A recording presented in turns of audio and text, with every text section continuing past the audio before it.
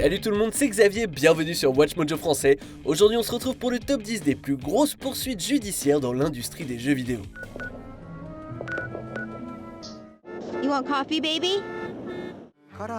We have prepared Joy-Con color variations, neon blue and neon red. Dans cette liste, on va s'intéresser aux procès causés par les jeux vidéo ou intentés contre des sociétés de jeux vidéo. On ne sait jamais quand est-ce qu'on va avoir besoin d'un bon avocat. Numéro 10, le MMO Fallout non publié. Environ 10 ans avant la sortie de Fallout 76, Interplay, créateur et propriétaire original de la propriété intellectuelle de Fallout, a commencé à construire son propre MMO Fallout. Baptisé Project V13, on ne sait pas grand chose à son propos, si ce n'est que Bethesda n'était pas satisfait du progrès, ou plutôt du manque de progrès. Interplay avait fixé une date pour le début du développement qu'elle n'a pas respectée, et Bethesda l'a attaqué en justice. Le procès qui en a résulté a clairement établi que Bethesda était désormais l'unique propriétaire de Fallout et qu'ils avaient les droits de créer leur propre Fallout Online.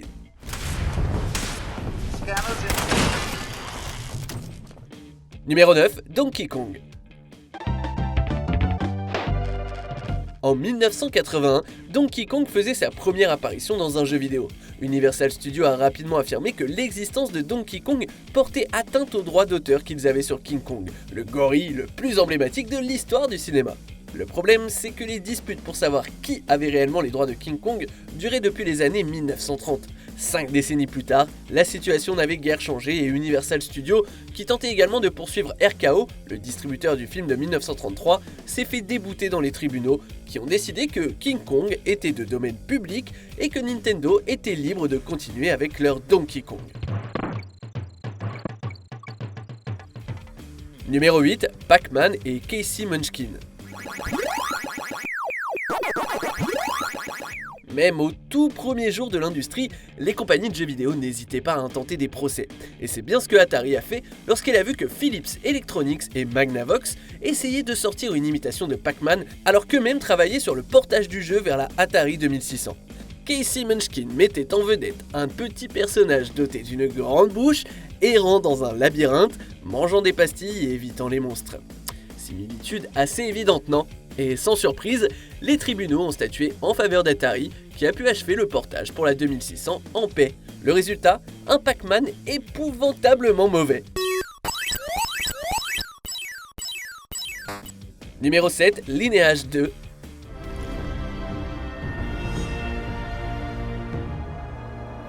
En 2010, le développeur de jeux sud-coréen NCSoft s'est retrouvé face à un procès intenté par un joueur de Lineage 2 parce que le jeu était trop addictif. En effet, il affirmait que les 20 000 heures qu'il avait passées dans le jeu avaient détruit sa vie et le fait que NCSoft ne faisait aucun avertissement à ce propos était une négligence. Et il a gagné. Ce n'est pas la seule fois que des personnes ont essayé d'attaquer Lineage 2 en justice. En 2013, une femme de 64 ans a poursuivi la société parce qu'en essayant d'enchanter une épée incroyablement rare, valant 23 000 vrais euros, l'épée s'est brisée. La dame a déclaré que NCSoft était responsable parce qu'elle l'avait fait par accident, ce que les avocats ont démontré être un mensonge.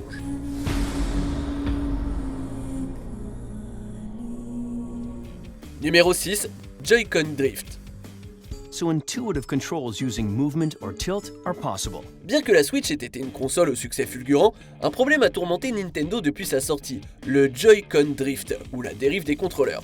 Après un certain nombre d'utilisations, les Joy-Con de la Switch améliorée, de la Switch Lite et des manettes Pro commencent à dériver, ce qui signifie que les contrôleurs n'enregistrent plus correctement vos mouvements et les commandes ne fonctionnent tout simplement plus.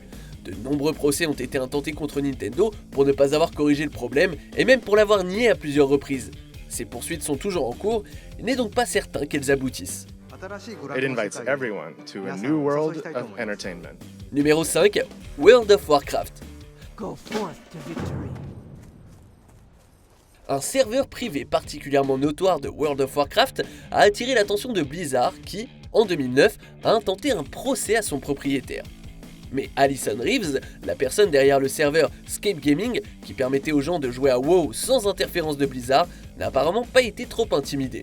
Lorsque la date du procès est arrivée, elle ne s'est même pas présentée et n'a même pas reconnu le procès intenté contre elle.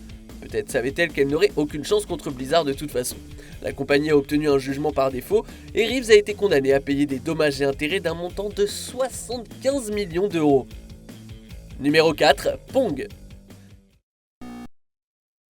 La toute première console de jeux vidéo, la Magnavox Odyssey, a été inventée par Ralph Baer. Et Baer avait une vision, le tennis de table, mais en digital. Il voulait tant intégrer le ping-pong à l'Odyssey qu'il a montré un concept du jeu au fondateur d'Atari. Et quelques mois plus tard, Atari a sorti les bornes d'arcade Pong. Baer était si certain qu'Atari avait volé son idée qu'il a intenté un procès. Le litige s'est réglé hors cours quelques années plus tard, mais si Baer était allé jusqu'au bout du processus, il aurait probablement gagné et Atari n'aurait pas survécu. Vous imaginez ce que serait devenue l'industrie des jeux vidéo si Atari avait fait faillite dans les années 70 ? Numéro 3, Fortnite.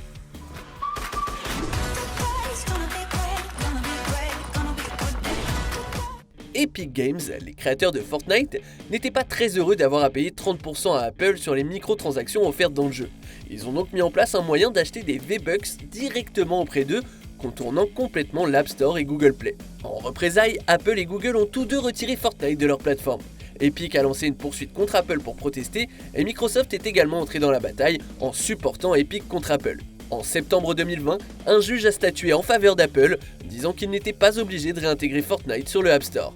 Avec le procès sur les microtransactions prévu pour mai 2021, seul le temps dira si ces poursuites seront bonnes pour les joueurs. But if you want to download it now for the first time and start playing, you'll need to go directly through Epic Games. Numéro 2, Cyberpunk 2077.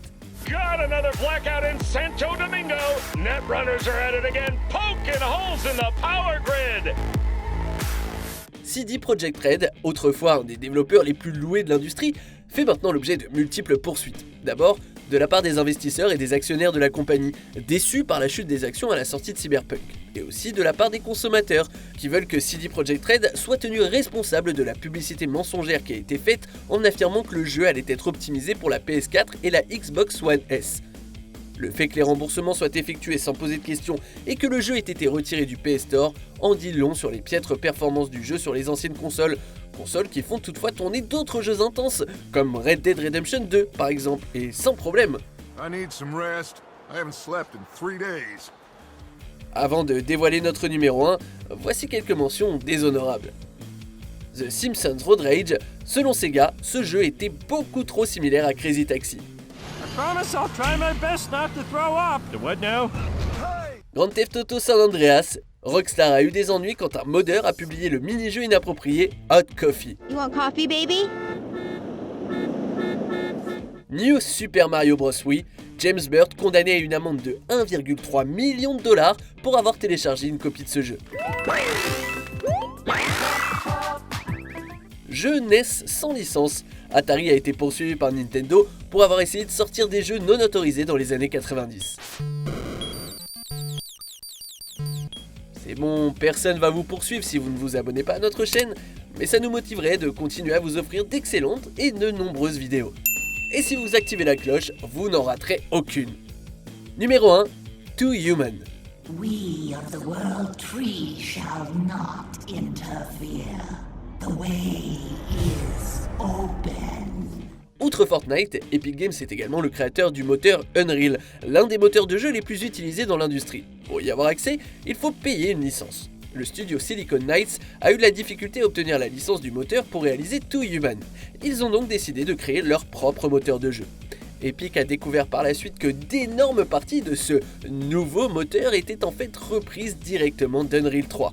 Epic a poursuivi Silicon Knights en justice et a fini par gagner. Les 9 millions de dollars de dommages et intérêts à payer n'étaient pas rien, mais en plus, le développeur a été sommé de détruire toutes les copies vendues du jeu.